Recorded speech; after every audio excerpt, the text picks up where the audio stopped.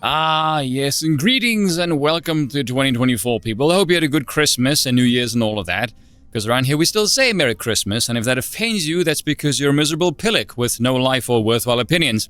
I hope you like the new bar. I prefer this one. It looks swanky and decadent, much like my attire. And yes, it is not the only one I have, and yes, I'm still going to use the library. But anyway, let's crack on, shall we? If you happen to not be on the Twitter because you're sane, congratulations. Although I will say the platform is far more enjoyable being owned by a South African, because you can actually say edgy and thought-provoking things on there now. I've had 3 accounts suspended prior for far less politically offensive things than I say now. Fun times. But one of the stupidest things that was trending a few days ago was something called Calendargate. Here's a TLDR for you. Recall the crazed one who tanked Anheuser-Busch? Do you remember the beer company, ultra-right beer, that came about after that whole thing? Yeah, those guys, using some conservative lady commentators, made a calendar drawing inspiration from the old pin-up ones of the last century. That's it. And naturally, because it is the 21st century and we have the most evil thing ever conceived by man, no, not socialism or democracy, but rather Wi-Fi, and because we have a culture running on sex, shock, and stupid, naturally someone had to complain about it. Now, said complaints seems to have been jolted by this gimp over here, a one Bryson Gray. I have no idea who that is, damn little desire to find out, because anyone who looks at this and thinks this is demonic is a tool no one should ever listen to. Look at this. This is so tame that complaint merits all the facepalms one can muster. You know what's bizarre?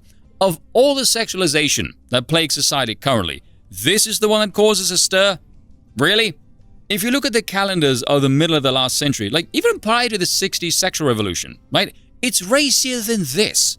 So these losers are complaining about the sexualization supposedly featured on this calendar, yeah, during this time. Meanwhile, where it's drawing inspiration from was racier than this, and during a time where the culture was more conservative than it is now.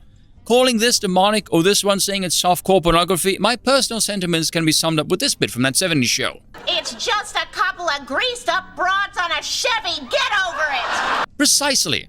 Heaven's sake, following that logic, any woman who's ever worn a bikini in public should be fined or imprisoned for indecent exposure. What a load of arse. Now, Katie Hopkins did say something about people starting controversy because they're envious the ladies get all the clicks and it's them trying to muscle in on the issue, blah blah blah, pointless drama. She's right, but she doesn't go quite far enough in my opinion. She's just sort of gently brushing the problem overall.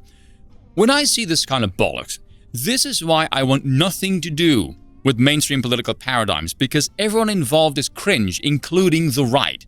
I want to ask the people who moan about this kind of stuff, the people who discuss this beyond, oh, just shut up. What exactly do you get out of this, other than drawing attention to your witless controversial yammering? Let me give you all some advice. The Charlie Kirks, the Ben Shapiros of the world, you know, the TP USA variety. Never bother with these people, because politically speaking, they're worthless. What do they accomplish in the grand scheme of things? Nothing. Bugger all. They talk a lot. And that's it. There's nothing new, nothing thought-provoking. It's just the most witless, impotent attempt at a counterculture with nothing more than tired old talking points. And yeah, fair enough, I made my fair share of that same kind of content because you need some humor, because nothing but political theory is not something the human mind is capable of processing constantly. But if you want to learn about genuine right-wing philosophy, then follow people like Academic Agent, like Scrump, Orrin McIntyre, or Dave the Distributist, or Curtis Yarvin. Always remember, the elite are few in number and above the intellectual pay grade of the masses. That is the reality of life. You want to get smarter? You don't listen to the many, you listen to the few. Because the current mainstream political culture, it's nothing more than monetizing cheerleading. Let's just be honest about that, shall we?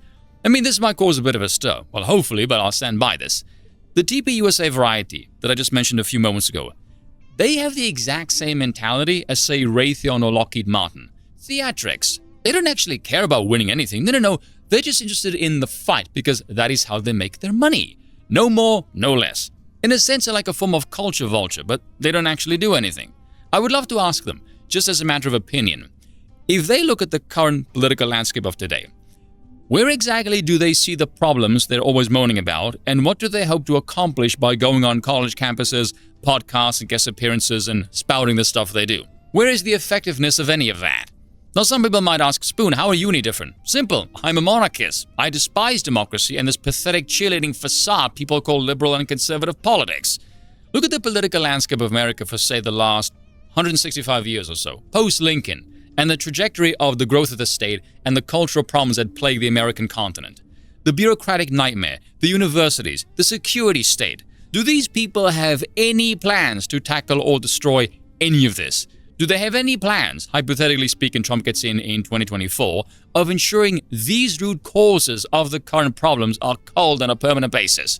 Do they have anything to say about any of this? No, because ultimately they have no power to affect any real change. They're just cheerleaders and nothing more. I would love to ask Charlie Cook, what exactly does he think needs to be done to the American apparatus should Trump do something radically ballsy to ensure those changes are permanent?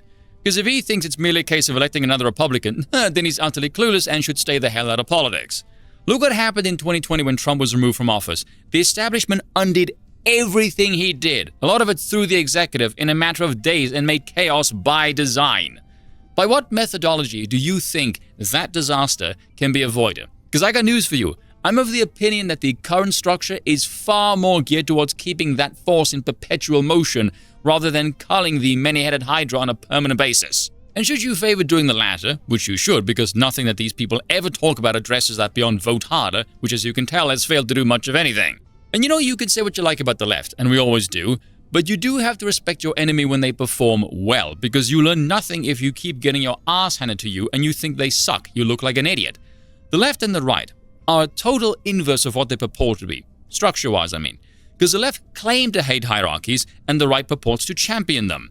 In reality, the left is militaristically hierarchical and they focus on one thing alone, power, which is why the right are so stupid arguing with the foot soldiers about their hypocrisy as if it's going to make a dent of difference in their trajectory. It won't.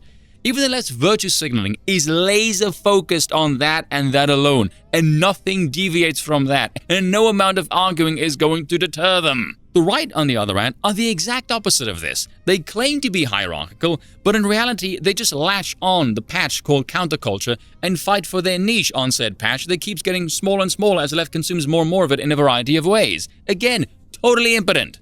Simple question for these people. How did you get from Lincoln to here? And have you ever examined the causes, the effects, the incentives, and the structures that led you here and given any thought to undoing any of them? If the answer is no, then why the hell is anyone listening to you at all? Cheers for watching, and once again, I apologize for nothing.